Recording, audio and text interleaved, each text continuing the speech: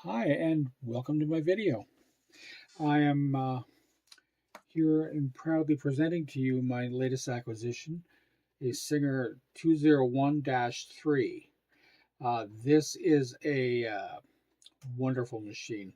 Uh, I'm very lucky to have it. These are pretty rare in this part of the world, in Ontario, Canada. But I luckily came across one and managed to even get this, well, I wouldn't say for free, but in trade for another machine, a featherweight to be exact. I'm not a featherweight kind of guy. And this machine and the featherweight were made at the same time, in the same factory, using the same gear setup, the very um, durable metal FAF gear setup. It's got one winding this way, one winding that way to run the drive shaft. And it makes it incredibly uh, speedy and uh, friction-free sew. I have to admit that I'm impressed with the performance of this. Now, this is a straight stitch only. It's the very first one I've ever had in my life. All my machines have had at least a zigzag stitch, and this has nothing but straight. And I can now understand why these things are uh, as revered as they are. This only has a 0.53 amp motor on, like most of the Singers of that time. I've got a 306K with the same motor. I think it's pathetic. But it does a decent job on this machine. And for the time period, uh, most of the ladies were sewing together because ladies bought these things. Their husbands bought them for them.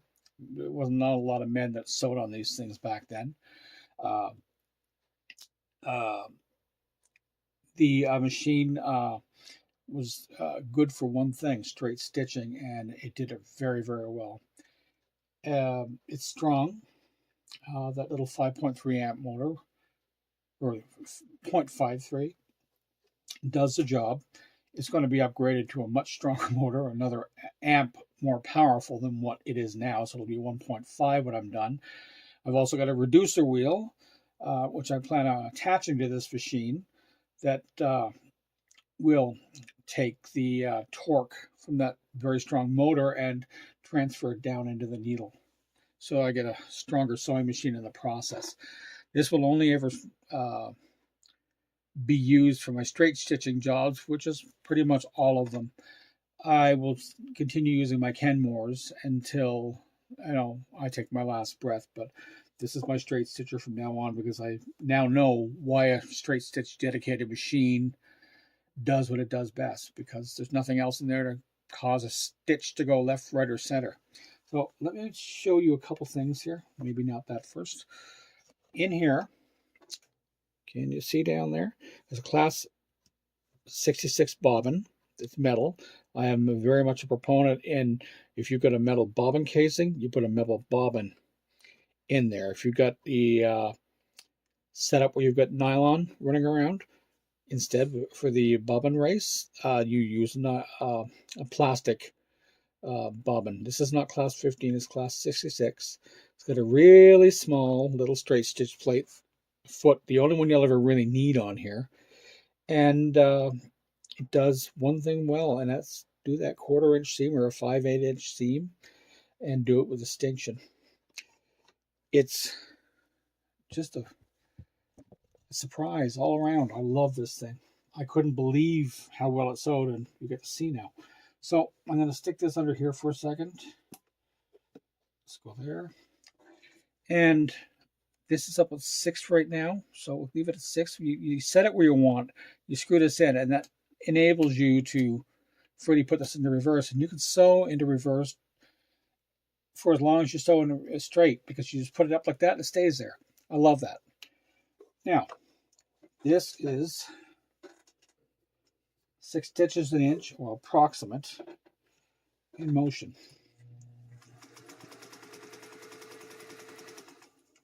Okay.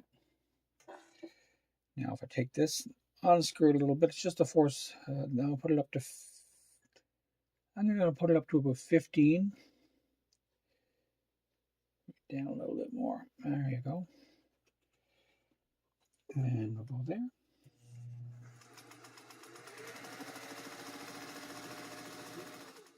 Now we're up at the 30. and everything's locked in tight. Reverse obviously goes lesser, but it's still reversed just fine. And this is 30 stitches per inch.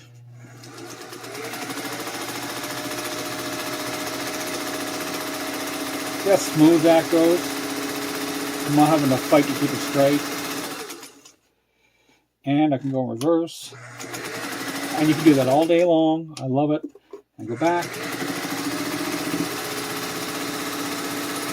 All I have to do is sort of be a guardian of where the needle goes, but it's not fighting me to stay straight on the second foot. All right. Oh, looks like I got a bit of a jam. I must have gone over a spot I shouldn't have. So we know the machine isn't perfect, but we do know from the back that it makes a fantastic stitch. Can you see that nicely?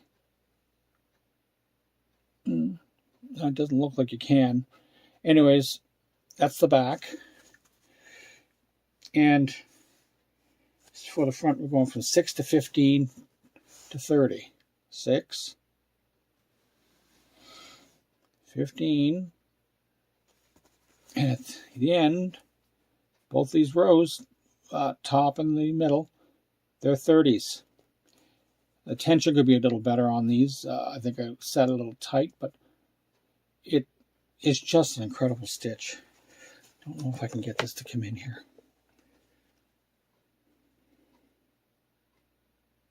See how nice and tight that is? As I said, the tension needed to be loosened up just a touch, but she makes a fantastic stitch. This thing is, I'm gobsmacked. I've never seen a machine make such a fine stitch before. It is just unbelievable. And unlike all my zigzag capable machines, which I have a few, this machine is dedicated straight stitch, and it does that one stitch better than all the zigzag machines I have combined. They all do a great straight stitch as well, but they don't go near as fine. And their stitches have a little bit of a waver on them that this doesn't. I can't explain it. I have to show you. I don't have another machine set up right now. But take my word for it, this does what it does better than anything. It's got a combo stitch built into the cams, because there is no cam on this. It's got one direction to go, and it does it so well. So this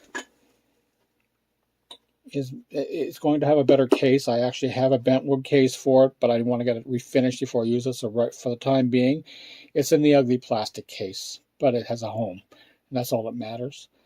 201-3. It's got the metal FAF style gears below, and this machine is just on a 0.53 amp motor. It's a little demon, and I'm very happy with it, and I'm glad I got to show it to you. So thank you for joining me for this video, and you have a great day.